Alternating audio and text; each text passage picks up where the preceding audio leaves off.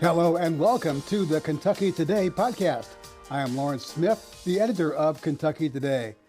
And alongside Chip Hutchison, our content editor for Kentucky Today, and special guest host, Tessa Redmond of Kentucky Today. Tessa, good to have you here today for Mark. Yeah, thank you for letting me join. I'm excited. Chip, we've been doing this a long time, but I think we would both agree that we've never seen a better young reporter than Tessa Redmond here. So we're glad that she is part of our group today. Yes, amen to that. She adds some class to the operation, for sure. She does.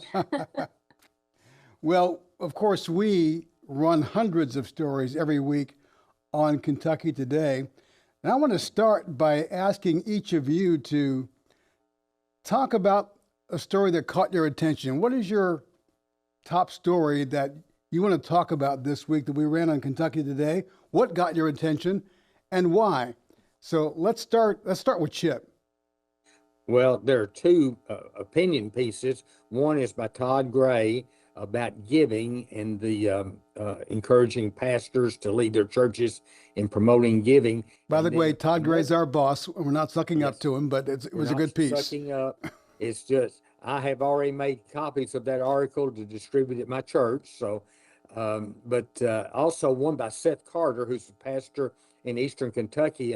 It's a letter to the Governor Bashir about a comment he made recently referencing his Christian faith. I think you'll find that his article extremely helpful and informative to you. Then as far as a news article, the story about cooperative program giving in Kentucky, 2.5 million, I think, in January. Of course, a lot of that was monies that came into churches in December. Then $2.8 million given to the Lottie Moon Christmas offering. Of course, that goes to international missions. So for 5 months into this fiscal year, Kentucky Baptists have given more than $800,000 more than they did last year at this time. So that was an extremely encouraging article to me. We are very grateful to Kentucky Baptists for their generous giving to the cooperative program. And yes, Seth's article on the Bashir comments, national comments he made in a couple of locations was very good. And that got a lot of national attention, what Bashir said, basically twisting scripture to fit his kind of pro-trans agenda. So I encourage you to go read that article by Seth Carter. Tessa, what about you? What stories caught your attention this week? There were also two for me this week. The first was last week, the CDC released provisional data on births in 2025, and it confirmed what experts thought last year. So there were around 24,000 less births in 2025 than 2024. And of course, we saw a little bit of an uptick in 2024. And so the history behind that is birth rates have been slowly declining here in the US. And there's a little bit of a boom after COVID. And then in 2023, it bottomed out. It was the lowest yearly total we saw since 1979. There was an uptick in 2024, but experts were saying, we don't really think this is going to be a trend. And that has proven true. And I just think that's really interesting. One of the experts in the story said that economic factors play into choices around childbearing. But I just think it's interesting to consider why people are making choices. You know, people are having children later in life, they're waiting, they're having less children. And what does that say about what we as a nation believe about childbearing and parenthood? I just think it's interesting. So I'd encourage y'all to take a look at that story. I just found it fascinating. And of course, before you mention that is a crisis not just here, but around the world that right. could really come to roost in the near future. Mm-hmm. The declining birth rate that's less than the replacement rate. Mm-hmm. Yes, it'll be interesting to see how trends continue, not just here in the U.S., but nationally and internationally. And speaking of international, one thing I thought was really interesting was, I believe it's Highview Baptist in Louisville. They are sending a couple to Thailand, a family to Thailand. There's a sending celebration in Arkansas last week, and I was just so touched by their story. That couple, they had spent, it had been 2 decades since they were in church, and the first church they visited was Highview. They surrendered their lives to the Lord, and now Highview is their sending church. And it's such an inspiration just to see lostness is just a global issue and it can feel completely overwhelming. But when you hear the stories about local believers who are just being faithful to do what God is calling them to do, even if it takes them to the other side of the globe, I just love to read about that. It's just such an encouragement to me. Yeah, it's so grateful that Kentucky Baptists are generous not only in giving but also in going to fulfill the Great Commission. A couple of great stories, you're right. For me, it's one that signals kind of a shift in the LGBTQ revolution. The American Society of Plastic Surgeons recommending that its members delay what it calls gender reassignment surgery until patients reach age 19. In other words, none of these permanently disfiguring surgeries for minors. The society said in a statement, and I'm going to read part of this, that there was low certainty that the procedures brought a favorable risk-benefit rationale. You think? You know? Later, the American Medical Association also reversed course on transgender procedures for minors. Of course, all this comes as a detransitioner in New York won a $2 million lawsuit against her psychologist and her physician, saying they rushed her into this procedure. The jury agreed, and she got $2 million after having this disfiguring surgery, having her perfectly healthy female parts cut off. So there are more lawsuits like that in the pipeline, and whether it's for moral reasons or financial reasons, having these surgeries stopped is a good thing. So that's my story that caught my attention this week. We're also keeping an eye on, of course, what's going on at the legislature in Frankfurt, 2026 session. One bill that's been filed would make intentionally disrupting a worship service illegal in Kentucky, a crime. I talked to the sponsor of that bill, Representative Mitch Whitaker of Fleming Neon in Eastern Kentucky. First, explain exactly what your bill, House Bill 540, would do. Well, House Bill 540 will create a new section of the Kentucky Revised Statutes to criminalize disrupting a religious service. It enhances the penalties that are on the books currently. If somebody were to protest in a church, there are a few laws that would apply, but none of them are quite right for the severity of the crime that's being committed. It also creates a civil penalty, which is brand new in the state of Kentucky, where people who have their right to worship infringed or churches themselves can sue civilly for monetary damages if their rights are infringed upon.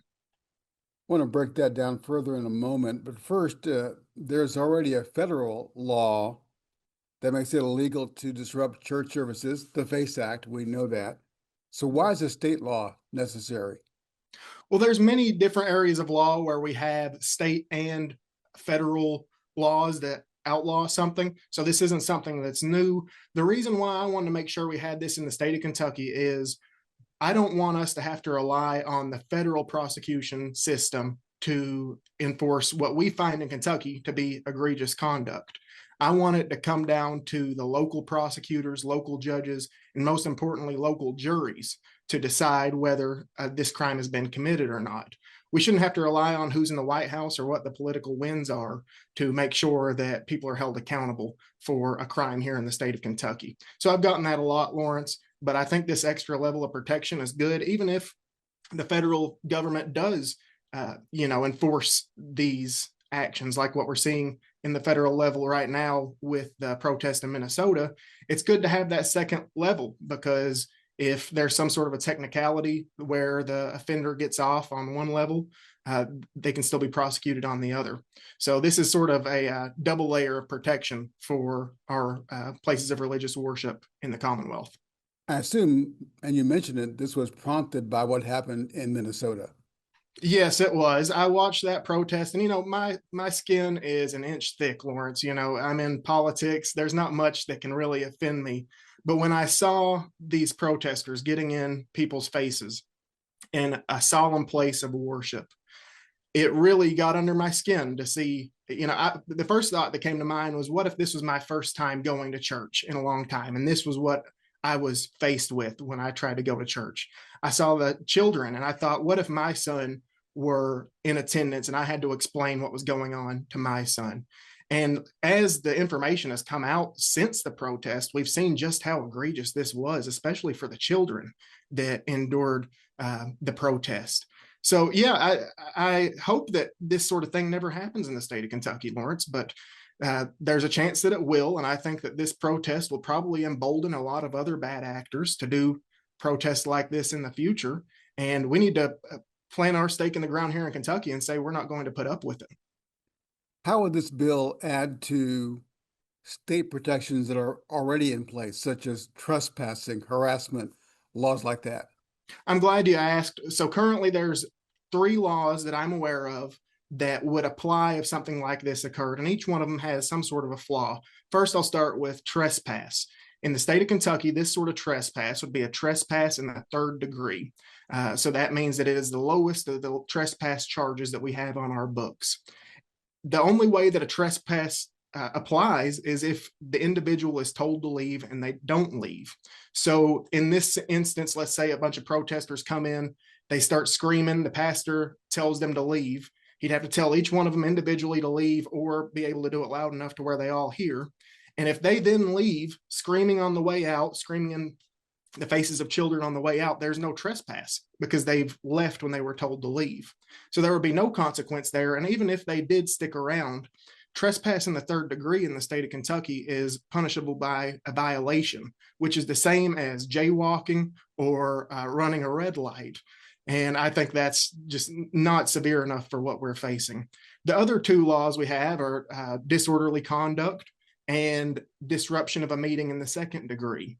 And each one of those carry Class B misdemeanor charges. But I feel like our penalty should be stronger than a Class B misdemeanor for this egregious conduct. And Class B misdemeanor in the state of Kentucky is a $250 fine or up to 6 months in jail. Realistically, people are looking at the monetary penalty. So I want to bump that up. It should be more than $250 for infringing on somebody's right to worship. And also, I think we need to add an extra level of punishment to say this is different than protesting at a Walmart, for example. This is different than protesting at a Girl Scouts meeting. You know, this is a very solemn event that shouldn't be messed with by protesters. So this law will make it the most serious misdemeanor we have on the books, a Class A misdemeanor, punishable by a $500 penalty or up to 12 months in jail. Realistically, where I see this going is if somebody, was intent on disrupting a religious service, which that's an important thing I want to mention too, is that the intent must be there. If somebody is disruptive but they don't have the intent to disrupt the meeting or to stop the meeting, then this law doesn't apply to them. But if they are nefarious bad actors that come in, I want to make sure that they have the strongest penalty they can under our misdemeanor law, and the $500 penalty is as high as we can go under our current laws. But that's why I also put in the civil cause of action to where you can be sued monetarily for much more than $500. What I've got in my current language, which bills are very fluid, would allow the attorney general to sue for up to $25,000 or individuals up to $10,000 or churches up to $10,000 or however much they've lost. So let's say that a church didn't collect their offering before the meeting was disturbed and their offering was going to be more than $10,000. They could collect what they were out. So I think this creates the best form of justice that we can under our current laws in Kentucky. And just to clarify, and this would be an extreme case, for example, if there's something illegal going on in the name or guise of worship, that would not prevent authorities from coming in and interfering with that, right? That's correct. Yeah. This is my intention of this law was to make sure that people who are just dead set on interfering with a religious service, disrupting that service, intimidating the people that are gathered there for worship are held accountable, and nobody else. We certainly don't want somebody being hauled off to jail for saying amen a little too loud in church. And that's not what this law does. I've had a lot of red herring issues thrown out there. Like, what if the pastor just doesn't understand the way the person's worshiping. That's why it's important to have this at a local level to where the prosecutor can say, no, this isn't actually someone that's intent on interfering with a religious service. This was someone, that was actually worshiping. And you have local juries that'll make this decision, and even the local police officers that respond. So this is narrowly tailored to where it only applies to serious bad actors. So this will not apply to, as you mentioned, exuberance in worship. No, certainly not. No, the intent has to be there to disrupt the meeting or to intimidate the people at that meeting. I certainly don't want to interfere with anybody's the way they express themselves in a place of worship. So what kind of support are you receiving for this from your fellow legislators? I'm receiving pretty good support from everybody I've talked to. The issue, Lawrence, is we've got a lot of bills that are being filed up here. So even the best of bills have a long uphill battle to getting passed. And that's what we're seeing. This bill hasn't been assigned to committee yet, but I expect it'll be referred to the Judiciary Committee, which is the busiest committee of all the committees. So I've still got a long way to go. I've got to get a lot of support and co-sponsors from other legislators. But overall, in my caucus, there has been pretty good support from everybody I've talked to. We take religion pretty seriously in the General Assembly, at least among the members of the majority. That's where I was going next. I guess the big danger in a budget session like this is that it could get lost in the flurry of bills that are filed during this long session. Yes, sir. Yeah, it definitely could. There's a ton of bills being filed, and there's a lot of, good bills that won't make it just because there's so much to handle. And we've only got 60 days constitutionally to pass these bills, and we're already over 20 days in. We've got a budget that we're going to have to pass, a $15 billion budget. You can imagine that eats up a lot of legislative capital up here in Frankfort. So it's important that Christians across the Commonwealth reach out to their legislators and tell them this is a priority for us. We can't wait, because if we put it off, we only come back in January. That leaves a long time for some of these bad actors to potentially come in, disrupt churches before we can come in and change it next year. So I think this is the time to pass the law. We just have to make it clear to every legislator that this is a priority. Our First Amendment rights are important, and that we should have the right to worship in the state of Kentucky. That's Representative Mitch Whitaker, sponsor of House Bill 540. Chip, we've talked at length on this podcast about the church invasion in Minnesota. You're a longtime churchman, have served as a pastor. Do you think this kind of state version of the FACE Act would be helpful? I think it would be. It is a sad commentary that we have to have, or we deem it necessary to have both the state and federal legislation, but certainly we want to protect churches and their right to worship freely. And so anything that can help to reach that goal, that's what we support. I think his bill is very thoughtful. I like the idea that it doesn't infringe on someone's worship if it's not exactly like you and I might worship. But I think it's a good action. I just find it unreal that 20 years ago, who would have ever thought we would need something like this? But I do like the fact that it's in place. I'm hopeful that churches would not have to face situations where this would come into play, because we do believe as Christians, we try to stay out of the legal arena as much as possible. But sometimes you have to do it to stand up, to be strong, according to Jude, to contend earnestly for the faith which was once for all delivered to the saints. So yes, I'm supportive of this bill. Tessa, your husband's a youth pastor. I guess it is a shame that this is among the things that you have to think about, security. Yeah. Yeah, absolutely. We're in more of a rural setting, ish. We're outside of Louisville, quite a bit.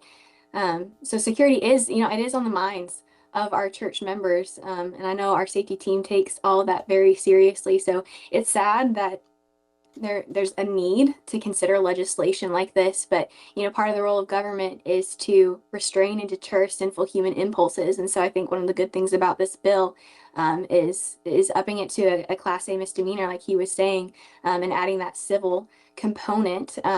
Hopefully, so churches won't need to use that, but hopefully, if there are those who are tempted to infringe upon another First Amendment right, which is the freedom to practice our religion, they will be deterred from doing so. Yeah, and Whitaker points out that this would not prevent protests on public streets or on the public sidewalk, peaceful protests outside a church, only disrupting a church service. So we'll keep an eye on that bill, among others. Well, Chip, the media's been all over this story of the apparent kidnapping of Savannah Guthrie, NBC News Today show host Savannah Guthrie's mother, Nancy. But there is also, you found out, a Kentucky connection. There is, and it's one that even becomes a little bit personal for me. Nancy, her maiden name was Nancy Long.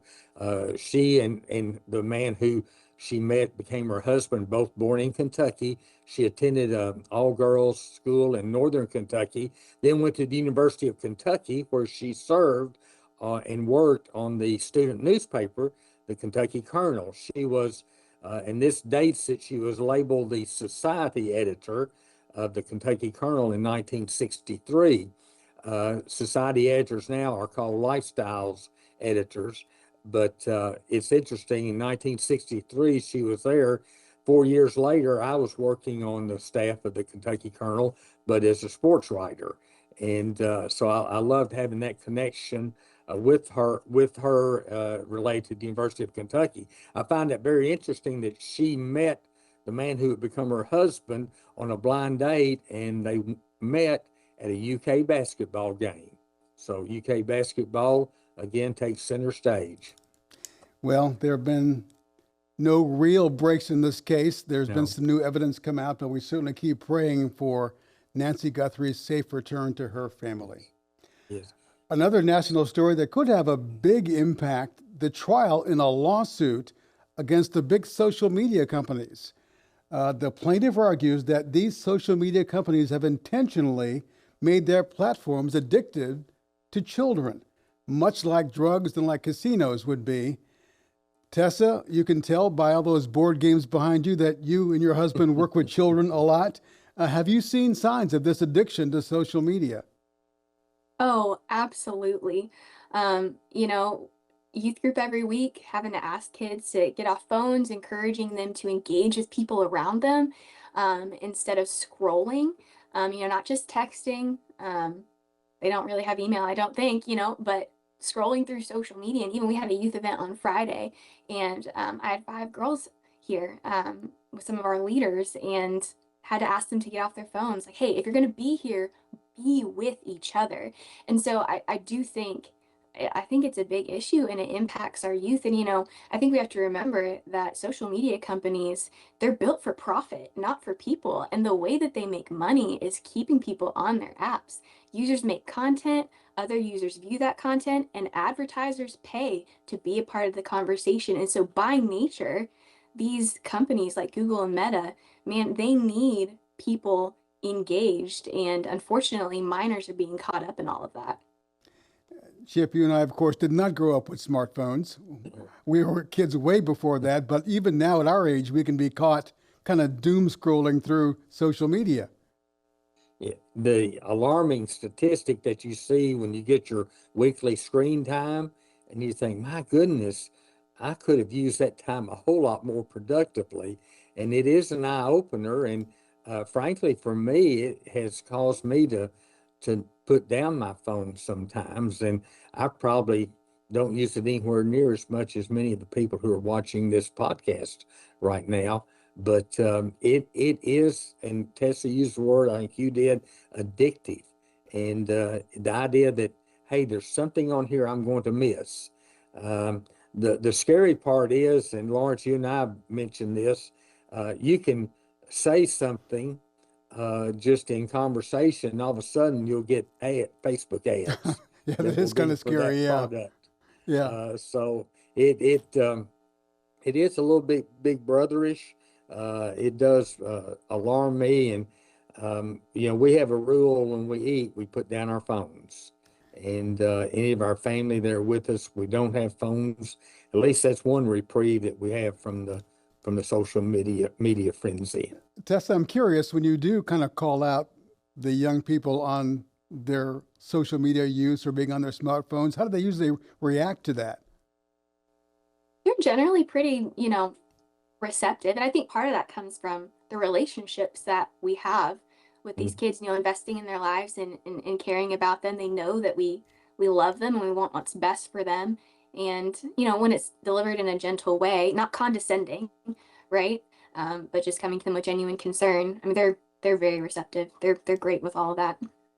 And of course, we should point out that many of the schools now are either banning or limiting screen time while the kids are in school. That's a good thing.